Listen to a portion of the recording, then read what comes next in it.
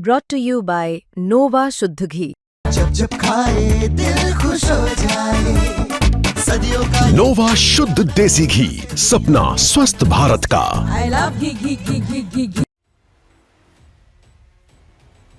पूरी दुनिया में भारत का दम गूंज रहा है। संयुक्त राष्ट्र के मंच से कई आवाज बुलंद हुई और इन सब में एक ही बात बार बार गूंज रही थी कि भारत को संयुक्त राष्ट्र सुरक्षा परिषद में स्थायी सदस्यता दो। रूस के अलावा कई और देश ऐसे थे जिन्होंने जोर देकर भारत को संयुक्त राष्ट्र में स्थायी सदस्यता देने की मांग की है। इसमें भारत का पड़ोसी देश भूटान है और भूटान के अलावा मॉरिशस भी। संयुक्त राष्ट्र सुरक्षा परिषद में भारत की स्थायी सदस्यता का रूस, भूटान और मॉरिशस ने खुलकर समर्थन कर दिया।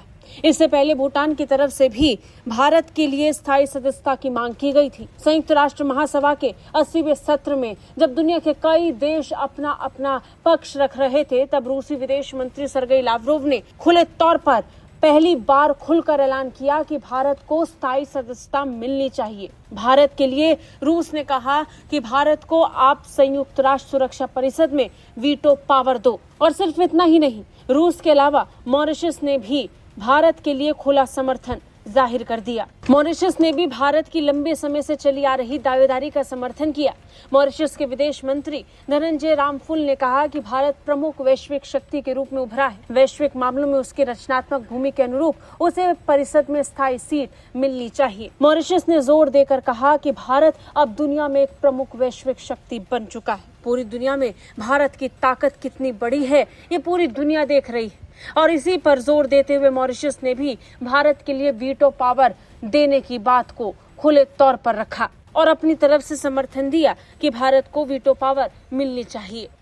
India has now emerged as a major global player and should have a permanent seat on the council commensurate with its constructive role in global affairs.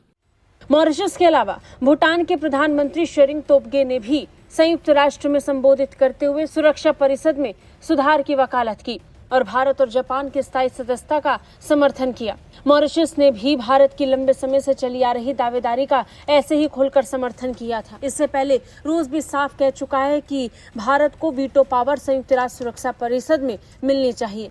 यानी जिस तरीके से बाकी 5 स्थायी सदस्यों को ताकत दी गई है, छठे देश के तौर पर भारत को भी स्थायी सदस्य के तौर पर संयुक्त राष्ट्र सुरक्षा परिषद में जगह मिलनी चाहिए।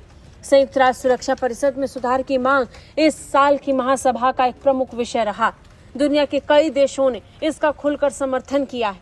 विदेश मंत्री जयशंकर ने भी संयुक्त राष्ट्र महासभा से इतर ब्रिक्स विदेश मंत्रियों की बैठक की अध्यक्षता की थी, जिसमें इस बात को जोर देकर कहा गया कि संयुक्त राष्ट्र को बदलावों की जरूरत है, जिसमें भारत को भी समर्थन मिलना चाहिए। नतीजन दुनिया के कई देशों ने अपना खुला समर्थन भारत को दे दिया और आज भारत के लिए वीटो पावर की मांग दुनिया के कोने कोने से हो रही है। ब्यूरो रिपोर्ट, भारत तक।